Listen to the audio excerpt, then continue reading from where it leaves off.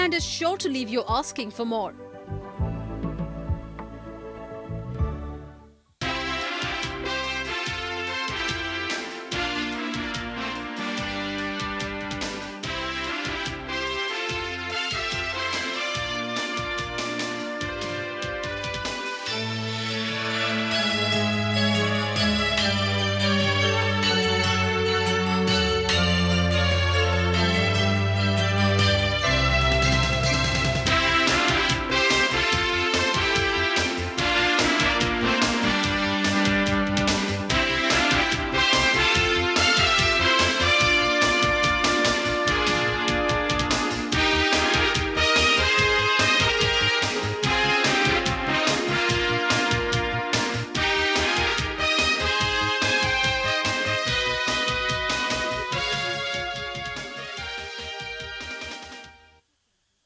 Palm-fringed waterways that weave through the state and connect towns and cities.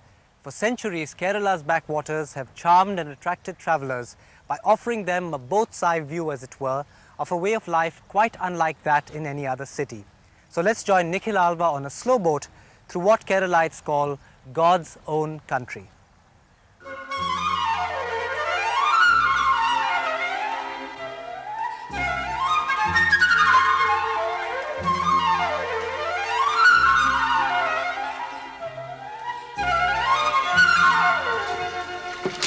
Hours ago, the thought of propelling myself along these calm, picturesque backwater canals had seemed exciting and even a little romantic.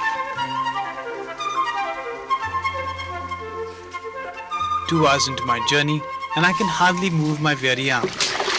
My shoulders feel like they're ready to come out of their sockets, and the harsh midday sun has given me a splitting headache. Worse, I've just discovered that this canoe leaks. As a result, my sandals and most of my lungi, or the piece of cloth that men in these parts wrap around their waist, are soaked.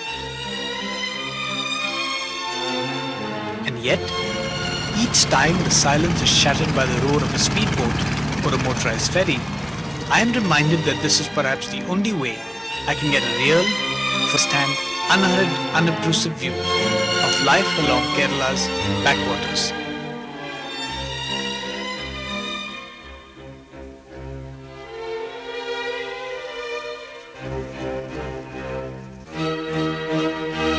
Stretching from Cochin in the north to Alleppey in the south and extending inwards to Kottayam, Kerala's backwaters, a labyrinth of rivers, lakes and canals, are sandwiched between the Arabian Sea on the one side and the Western Ghats on the other. Life in this lush green wonderland is unhurried, devoid of the frantic pace that is so typical of life in Kerala's urban centres. Afloat here in my little leaky canoe, trying desperately to ignore my growing discomfort, devoid of any assistance from friendly currents or strong winds, it is almost as if I am a lone silent spectator to a parade of floats, each depicting a scene from an epic entitled A Day in the Life of Rural Kerala. But I've now been in Kerala for over a week, and not all of it has been spent struggling with this canoe.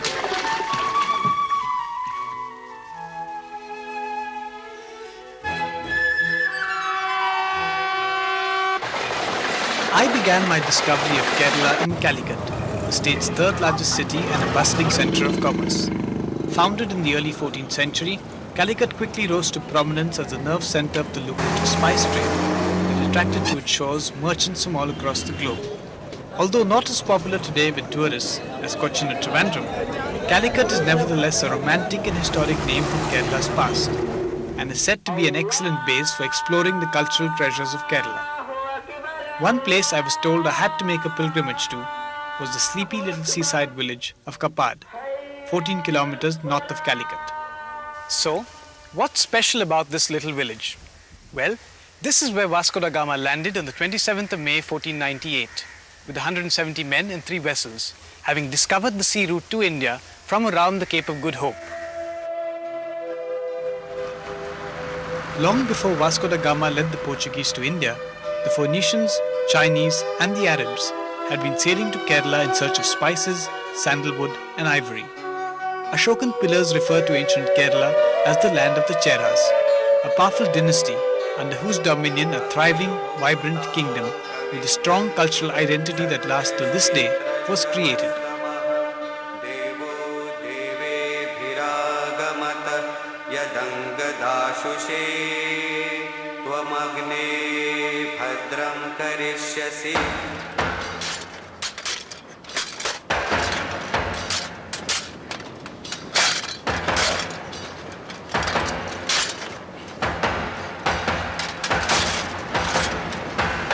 Alleppey, which literally means military training ground, said to be the father of martial arts like judo and karate, originated in Kerala and is still widely practiced here.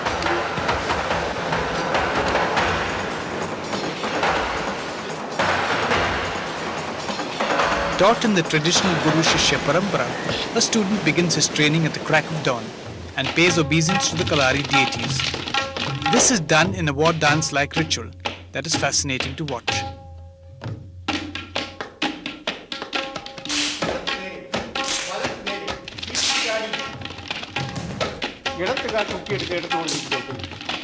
Alleppey is taught in different stages. The first stage is aimed at physical fitness, muscle control, and developing the power of concentration, while the second stage is when the first weapon, a wooden staff, is introduced. As the student progresses through the various stages of his training, he is taught the secret massage and healing techniques based on the ancient medicinal system of Ayurveda. These massage therapies are available to tourists, and the best time is usually just before the onset of the monsoons. For a relaxed afternoon, a few laughs and a bit of exercise with the difference, visit the world's first and only coconut tree climbing college in the heart of Calicut. The college administration welcomes visitors, and instructors will be more than happy to demonstrate the various techniques and even encourage you to attempt to climb, should you be crazy enough to want to do so. I was, and discovered that getting down was the difficult part. Nestled in the Western Ghats about 60 kilometers north of Calicut and bordering the states of Tamil Nadu and Karnataka is the relatively unknown district of Wayanad. Home to the largest number of tribal communities within Kerala, Wayanad's thick evergreen forests contain some of the rarest plant and animal species to be found in India.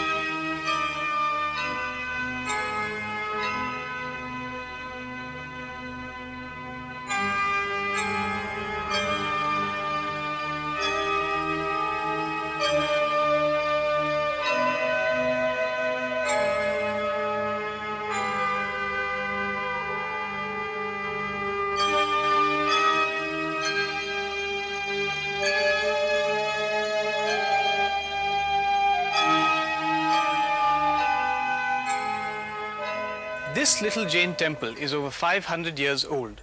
In the middle of the 18th century, it was overrun by Tipu Sultan, who converted it into a store for his weapons, an important base in his guerrilla war against the British.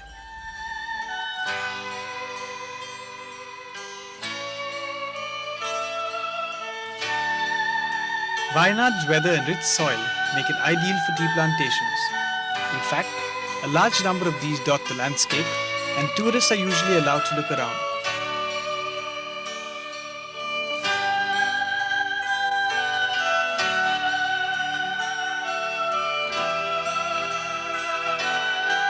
We visited the Priyadarshini tea estate in the northern part of Wayanad. This is the only tea estate in the world to be owned and run by a tribal cooperative. And, unlike a large number of tea estates in the area, it actually makes a profit each year.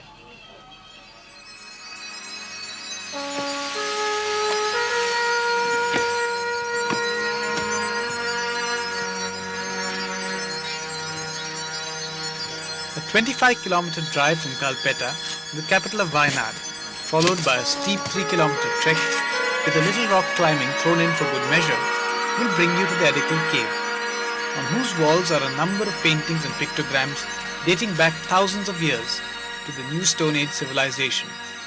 This magnificent cave is well worth the extra effort required to get there.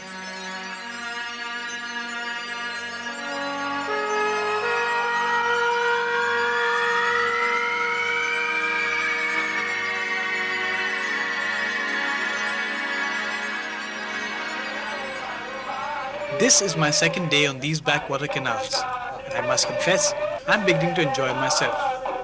To start with, my body seems to have adjusted itself to the monotonous rowing rhythm, and I've actually learned to exploit strong underwater currents that can be felt but not seen by the naked eye. As a result, compared to yesterday, my progress today has been pretty remarkable.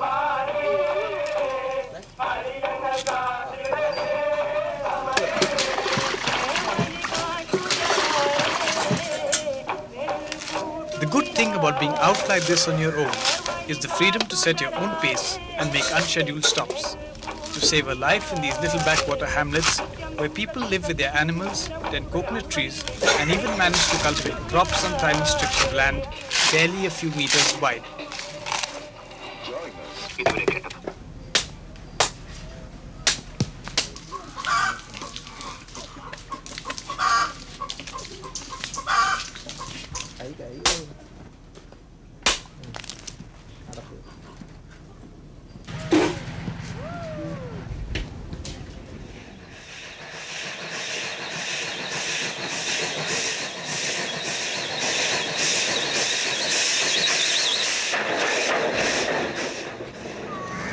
One halt that I had scheduled was the one I made at Ernakulam, the commercial and economic hub of Kerala. A well-planned city with wide avenues and tall buildings, Ernakulam presents the modern face of the state.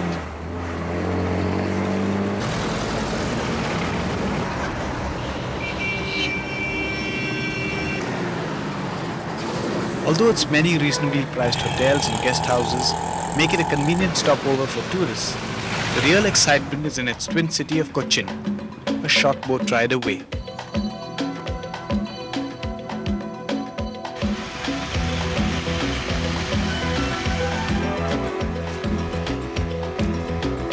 Cochin is Kerala's primary tourist destination, and each year it attracts thousands of Indian and foreign tourists. It sprang into being in 1341, when a mighty flood created a natural safe port that quickly replaced Muziris of Kudungalur, 50 kilometers north of here, as the chief port along the Kerala coast.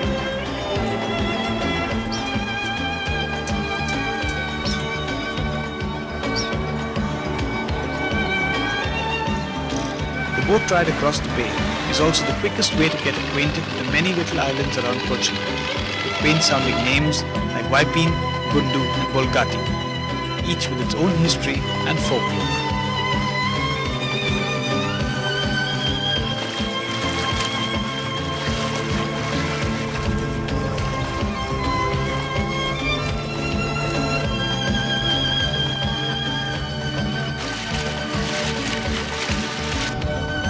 As you approach Cochin, the first thing you see are the mammoth Chinese fishing nets that dot the shoreline, symbols of the many nationalities and races that have contributed to Cochin's unique culture.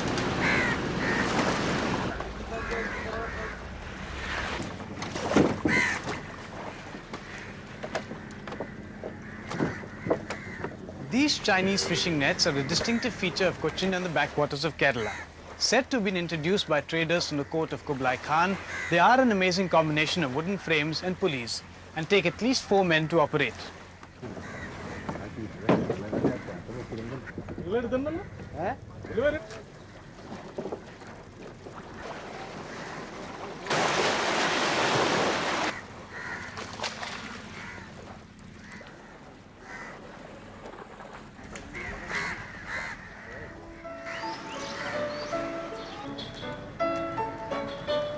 Stroll along any street in the older parts of Cochin, and you will come across homes that are a curious amalgamation of Portuguese, Dutch and English architectural styles. The insides of some of these buildings are incredibly well maintained.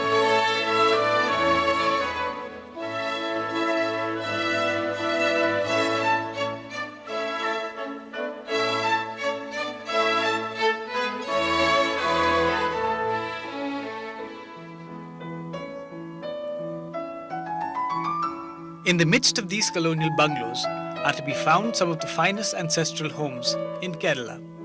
Once vibrant, thriving and teeming with people, these homes with their large spacious rooms, high ceilings and stained glass windows today bear an almost deserted look.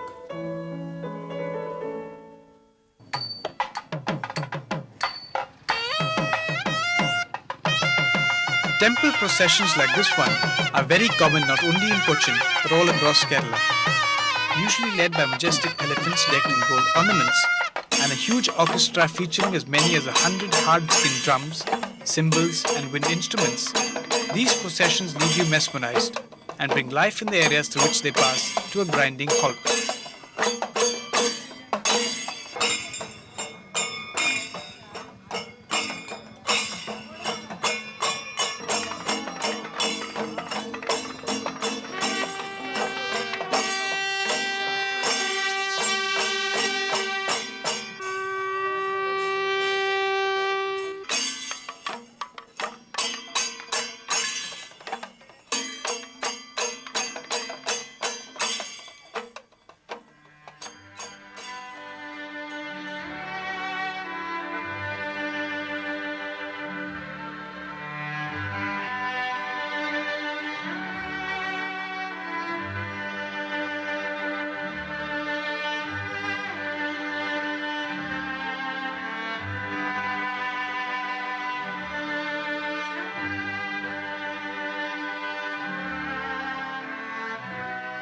This is the oldest Christian church in India. Founded in the early 16th century by Franciscan monks who accompanied Vasco da Gama on his expedition to India, this church has served as a model for a large number of churches built around the country. Vasco da Gama was buried here in 1524, but 14 years later, his body was dug out and taken back to Portugal.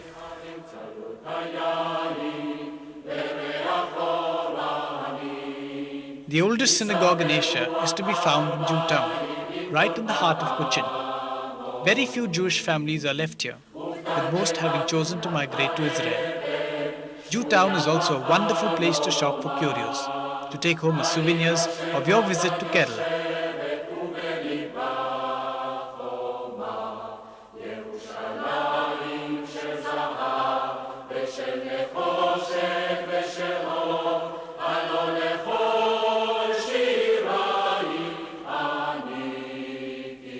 Most of the older Jewish citizens tend to be wary of tourists or strangers, but J. Cohen, a lawyer by profession, proved to be an exception.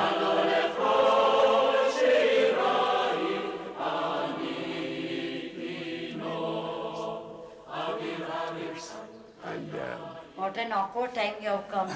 You're so busy. I was the warden of our synagogue, Mr. Koda. But poor fellow, he died. This is the synagogue. When Israel was born, everyone wanted to go to Israel and settle down there. And we were actually about 85 to 90 people only. I mean, out of that, when these youngsters went, after the murder, they called their parents also. With the result, now we are only 19 people. So, when we all go underground, when we all die, we do not know what is going to happen to our synagogue.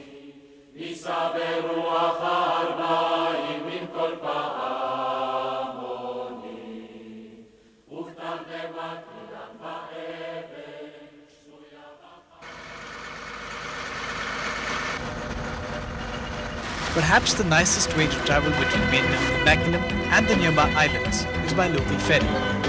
Services tend to be reliable, and due to the heavy traffic on the bridges that connect the important islands to the mainland, this is more often than not the fastest option.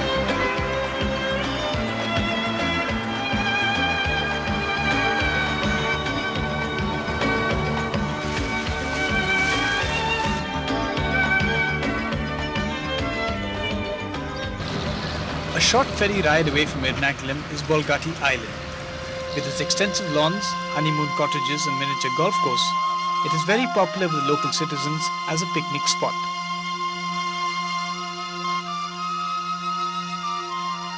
On this beautiful little island is the Bolgati Palace. Built by the Dutch in 1744 and later the home of the British resident, the palace is today a state government-run hotel. Sadly run down, it bears an almost deserted look.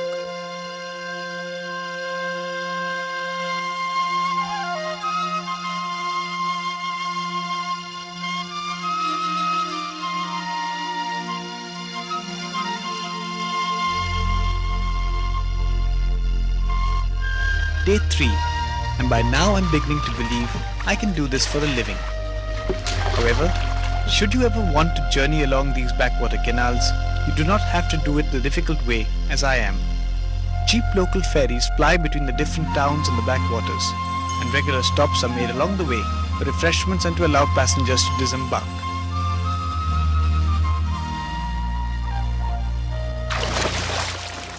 One of the nicest things of the boat journey is that when it gets too hot, you can jump into the water. It's not exactly safe, but it's fun. Those local fishermen are searching for cockles. I think I'll go join them.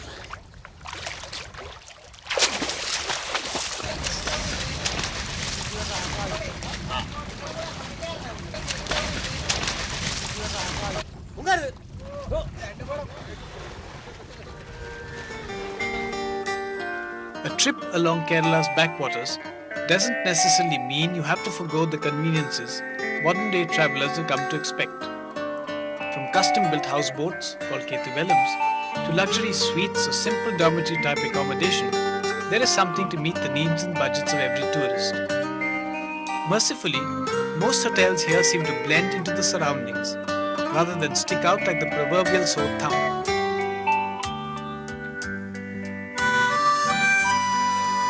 The Kuttanad region through which I am now passing is often referred to as Kerala's rice bowl, as a major portion of the rice produced in the state originates over here. For most part of the year, every inch of the land is covered by lush green paddy fields, and the sight is supposed to be quite incredible.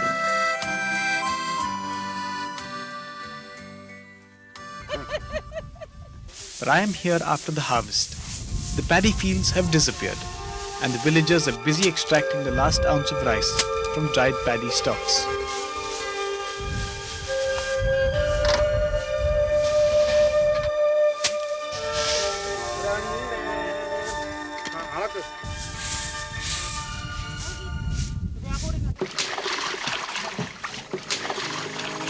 In another 3 hours, I'll be at Alleppey where my journey ends. There have been times on this backwater trip when I've questioned my own sanity, and at times the discomfort has been almost too much to bear. But somehow, all that's behind me. In fact, I've actually come to believe in the old cliché about the journey being more important than the destination. And I think I'm beginning to understand why the local people call this God's own country.